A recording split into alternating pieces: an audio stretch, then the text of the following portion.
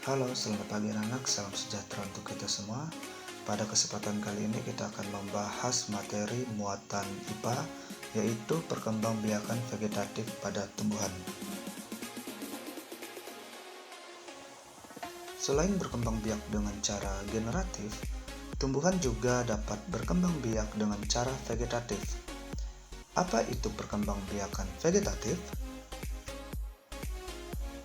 Perkembangbiakan vegetatif adalah perkembangbiakan yang terjadi tanpa adanya peleburan sel kelamin jantan dan sel kelamin betina. Perkembangbiakan ini bertujuan untuk menghasilkan tumbuhan baru atau tumbuhan dengan sifat baru. Perkembangbiakan vegetatif itu sendiri terbagi menjadi dua. Yang pertama, perkembangbiakan vegetatif alami, dan yang kedua, perkembangbiakan vegetatif buatan. Pertama, kita akan membahas perkembangbiakan vegetatif alami. Perkembangbiakan vegetatif alami adalah perkembangbiakan tumbuhan tanpa bantuan makhluk hidup lain. Proses perkembangbiakan ini secara alami terjadi pada tumbuhan itu sendiri. Berikut ini beberapa cara tumbuhan dalam menghasilkan individu baru melalui perkembangbiakan vegetatif alami. Yang pertama, tunas, kedua, membelah diri, ketiga, spora, keempat, rizoma, kelima, umbi lapis, keenam, umbi batang, ketujuh, umbi akar, dan yang terakhir, geragi. Tunas adalah perkembangbiakan individu baru yang tumbuh dari tumbuhan induknya. Individu baru yang dihasilkan melalui tunas biasanya tumbuh di samping induknya. Selanjutnya, individu-individu baru yang berkembang biak melalui tunas akan membentuk rumpun. Munculnya tunas individu baru berasal dari bagian tumbuhan di dalam tanah.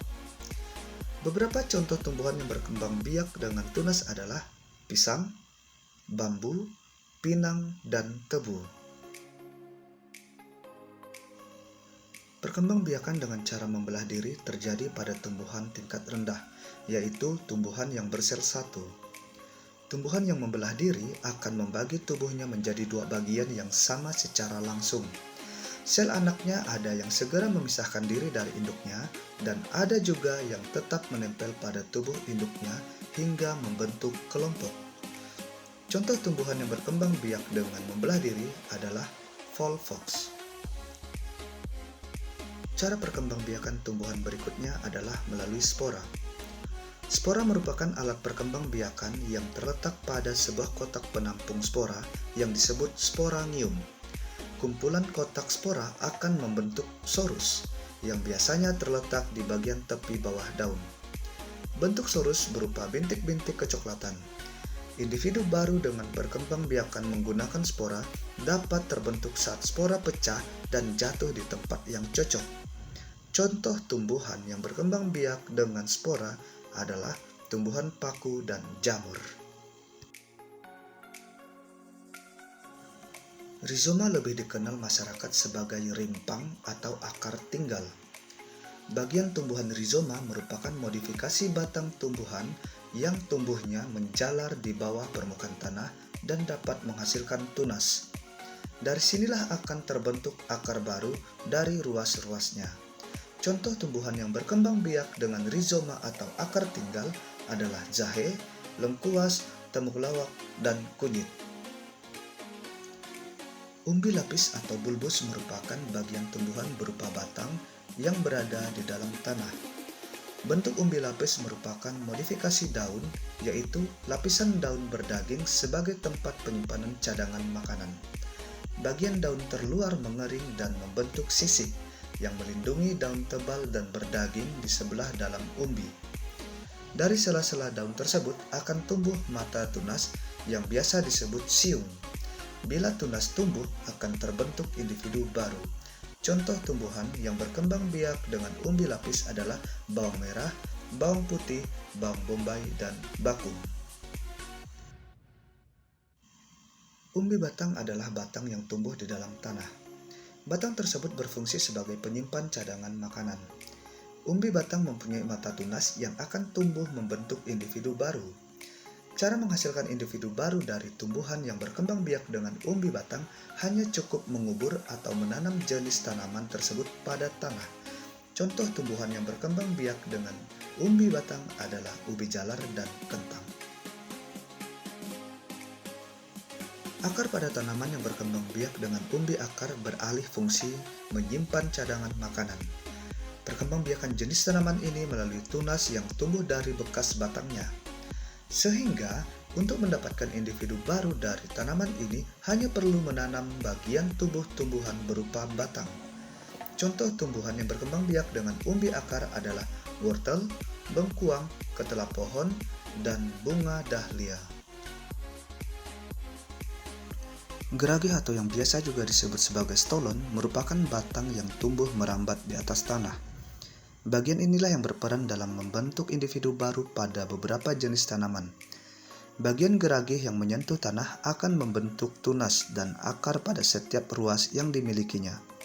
Selanjutnya, tumbuhan baru yang terbentuk dapat menyerap zat hara dan melakukan fotosintesis sendiri, tanpa tergantung dengan induknya. Sehingga, jika individu baru tersebut dipisahkan dari induknya, dapat tumbuh menjadi individu baru sendiri. Contoh tumbuhan yang berkembang biak dengan geragih adalah stroberi, rumput teki, arbei, dan pegagan.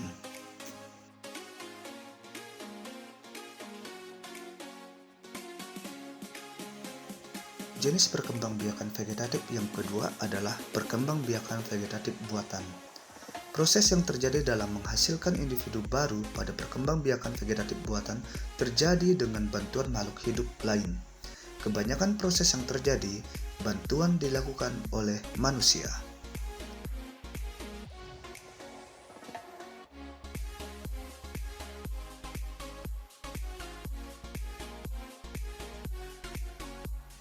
Konsep dari perkembangbiakan vegetatif buatan dengan cangkok adalah menumbuhkan akar tumbuh dari batang tanaman yang dicangkok. Melalui akar tumbuh dari batang tanaman tersebut, kemudian dapat diperoleh tanaman baru. Beberapa contoh tanaman yang dapat dicangkok yaitu jambu, mangga, dan durian.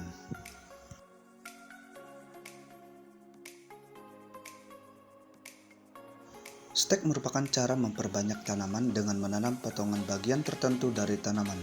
Terdapat dua macam stek, yaitu stek batang dan stek daun.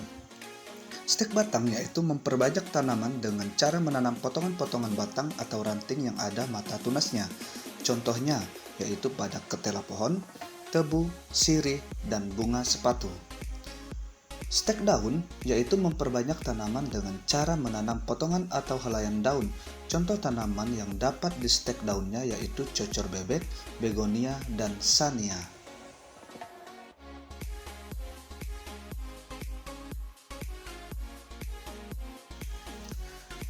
Okulasi atau menempel adalah cara menghasilkan tanaman baru dengan menempelkan tunas muda pada ranting dan batang tanaman induk. Tujuan dari okulasi adalah menggabungkan dua sifat tanaman yang berbeda dari dua jenis tanaman, sehingga akan mendapatkan tanaman yang sifatnya lebih baik dari induknya. Contoh tumbuhan yang dapat berkembang biak dengan okulasi yaitu jeruk, rambutan, dan durian.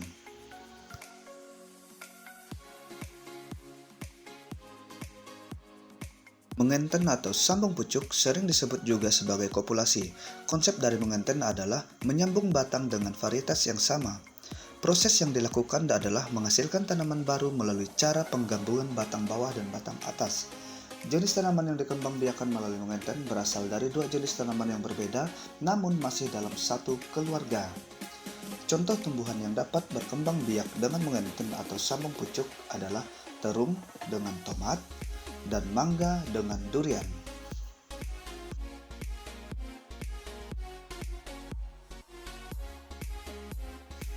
Perkembangbiakan vegetatif buatan dengan merunduk dilakukan dengan menumbuhkan akar dari batang yang ditanam atau dirundukkan ke dalam tanah.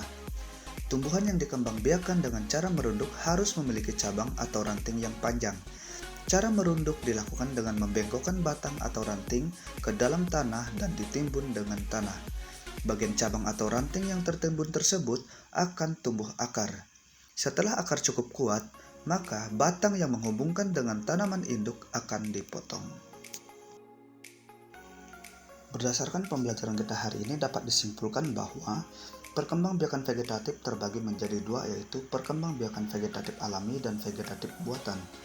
Perkembangbiakan vegetatif alami terdiri atas tunas, membelah diri, spora, umbi lapis, umbi batang, umbi akar, dan geragi. Sedangkan pada perkembangbiakan vegetatif buatan terdiri atas cangkok, stek, okulasi, sambung pucuk, dan merunduk. Demikian pembelajaran kita hari ini, semoga bermanfaat dan sampai jumpa di pertemuan berikutnya.